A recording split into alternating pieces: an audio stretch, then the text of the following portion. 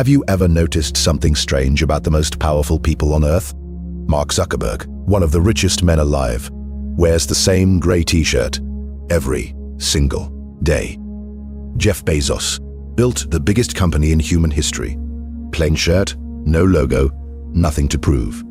Steve Jobs changed the world 4 times over. Black turtleneck, blue jeans. Done. These are men who could literally wear anything. A different Gucci outfit every day for the rest of their lives and never feel it financially. They could walk into any room on Earth dripping in status symbols and no one would question it. But they don't. And most people look at this and think, oh, it's just a productivity hack. Decision fatigue. They're saving mental energy for bigger choices. That's part of it. But that explanation is too small, too convenient, too surface level. Because what's really happening when a billionaire chooses to wear nothing, when the most powerful person in the room is also the most plainly dressed, is something far deeper, far more psychological, far more intentional than a morning routine tip. What's happening is a silent broadcast of absolute power. And today we are going to decode it completely. Because once you understand the psychology behind simple dressing, you will never look at clothing or power the same way again. Let's begin. The history of simple dressing as power. This is not new. The most powerful figures in human history have understood something that the average person has always gotten backwards. Most people believe that status symbols signal power, that the more you display, the more you have, that the louder your appearance, the stronger your position. But look at history carefully, and you see the opposite pattern emerging again and again. Julius Caesar's soldiers wore elaborate armor. Caesar himself was known for the simplicity of his personal dress. The Roman philosopher Marcus Aurelius, emperor of the most powerful civilization on Earth, wrote extensively about the danger of being attached to external things, including appearance. The Buddha abandoned his royal robes and chose a simple cloth. Gandhi chose the homespun cotton of the common Indian worker at a time when the British Empire was trying to impress India into submission. Einstein wore the same grey sweatshirt so often that his neighbors thought it was all he owned. There is a pattern here that crosses cultures and centuries. The people who are most completely themselves require the least external decoration. Carl Jung understood this. He wrote about what he called the persona, the social mask that people wear to be accepted, to signal belonging, to manage how the world perceives them. And Jung's central insight was this: the stronger the persona, the weaker the self behind it.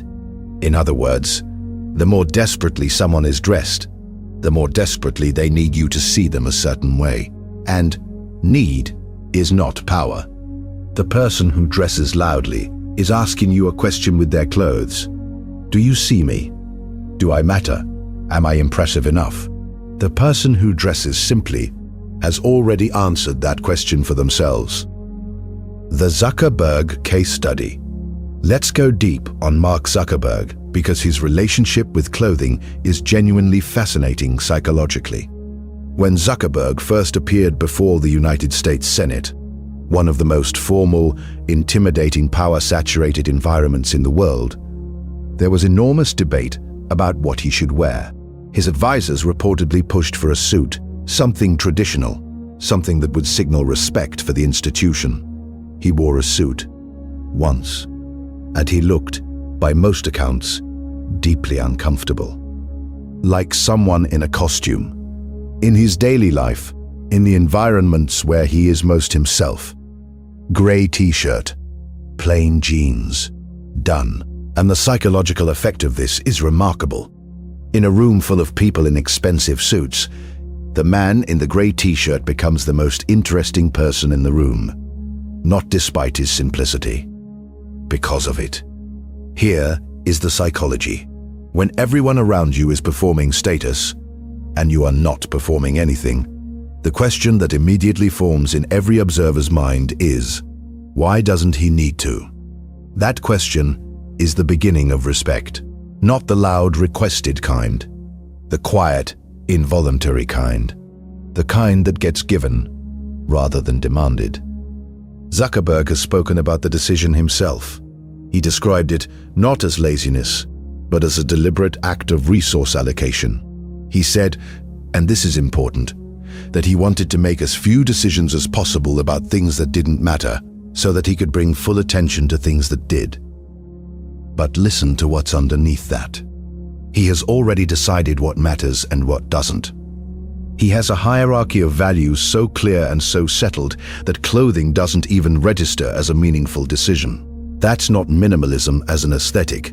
That's identity as architecture. He knows who he is, and people who know who they are do not need their wardrobe to tell you. If this content changes something in you, click the subscribe button and subscribe the channel. The Bezos dimension. Jeff Bezos is a slightly different case, and the difference is instructive. Bezos, in his early Amazon years, was famously plain. Simple clothes, completely focused. The jokes about his old Accord in the Amazon parking lot are real.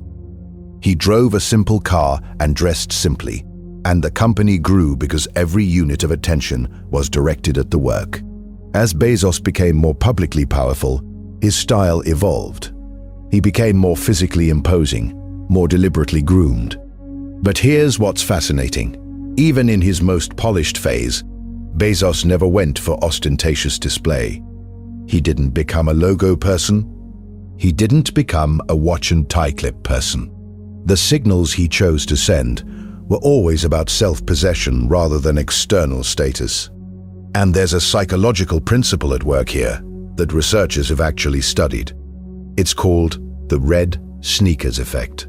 In a 2014 Harvard Business School study, researchers found that people who deviated from expected dress codes in high-status environments were actually perceived as having more status and competence than those who conformed. A professor in a t-shirt was rated as more accomplished than a professor in a suit. A man in red sneakers at a luxury event was rated as more powerful than the men in formal shoes. Why?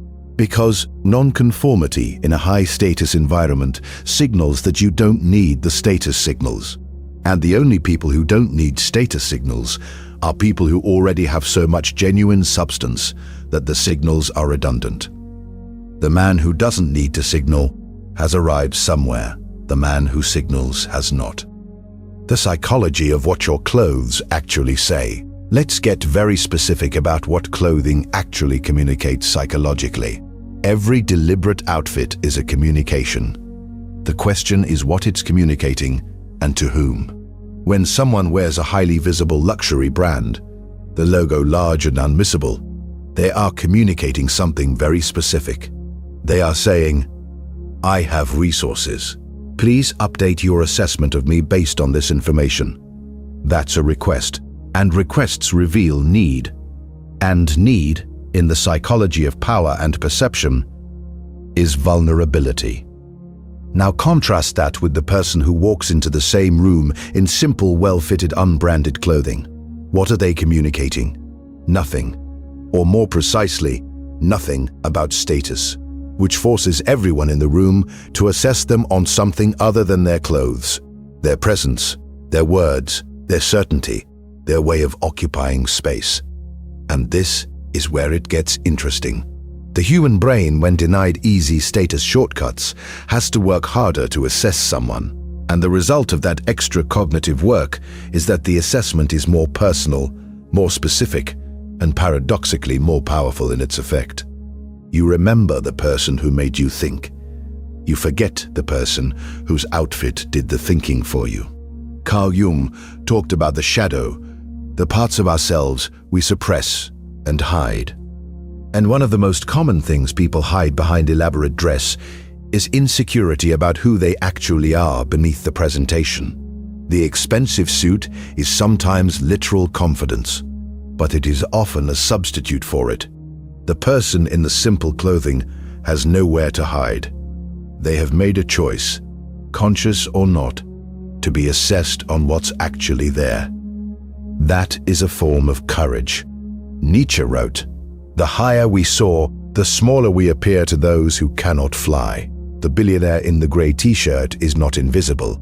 He is simply operating at an altitude where the usual signals no longer apply." What this means for your brain. Let's talk about what happens inside the mind of the person who dresses simply. Because the external signal is only half the story. Internal reality is where the real power lives. There is a concept in psychology called decision fatigue. The human brain has a finite amount of high-quality decision-making capacity in a given day. Every choice, no matter how small, draws from this reservoir. And here's the thing that most productivity advice misses. It doesn't matter whether the decision is trivial or significant. What matters is that it is a decision. Obama wore only grey or blue suits during his presidency. He talked about this directly. He said he was trying to pare down decisions so that he could focus on what actually needed his attention. He had read the research. He was managing his cognitive resources deliberately. Zuckerberg made the same calculation, same principle. But the deeper psychological truth is not just about saving cognitive energy. It's about what the act of simplifying your outer life does to your inner life. When you stop performing for your environment, when you stop managing the impression your appearance creates, something shifts. The energy that was going outward starts going inward. And inward is where the real work happens. The person who spends 20 minutes choosing an outfit is spending 20 minutes in the performance layer of their identity. The person who has eliminated that choice is spending those 20 minutes either resting, thinking, creating, or simply being, all of which are more nourishing to genuine personal power than performance. Marcus Aurelius wrote in his Meditations, "Confine yourself to the present. Stop letting the future disturb you and the past anchor you." Simple dressing is a version of this. It is the decision to stop letting the question of how I appear to others occupy space in the present moment. And when that question is retired, a remarkable amount of space becomes available. The ordinary person's application. Now, you might be thinking, this is interesting for billionaires, but what does it mean for me? I don't run a trillion-dollar company. Does any of this actually apply? Yes, more directly than you might expect. The psychological principle underneath simple dressing is not about wealth or status. It's about the relationship between your inner world and your outer presentation. And that relationship is available to examine and change regardless of where you are. Here's the question to sit with. What are you communicating with your clothing choices that you have never consciously decided to communicate? Because most people's relationship with their appearance is entirely reactive. They dress for the environment. They dress for the people they'll be around. They dress for the version of themselves they want to be believed to be. And none of those decisions come from the inside.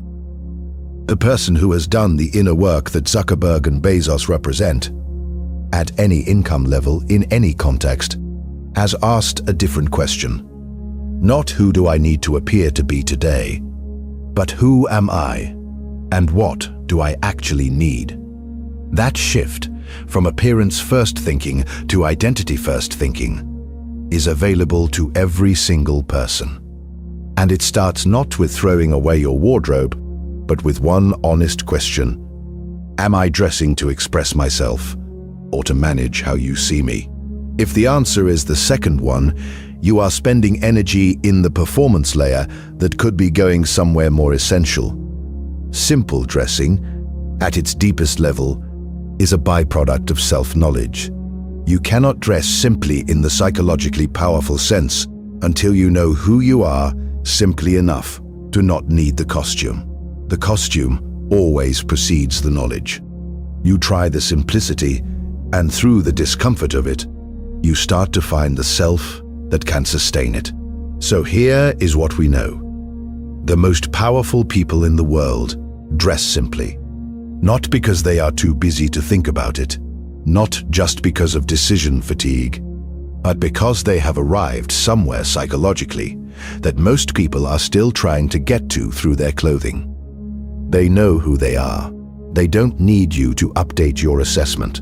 They are not asking a question with their appearance because they have already answered it for themselves.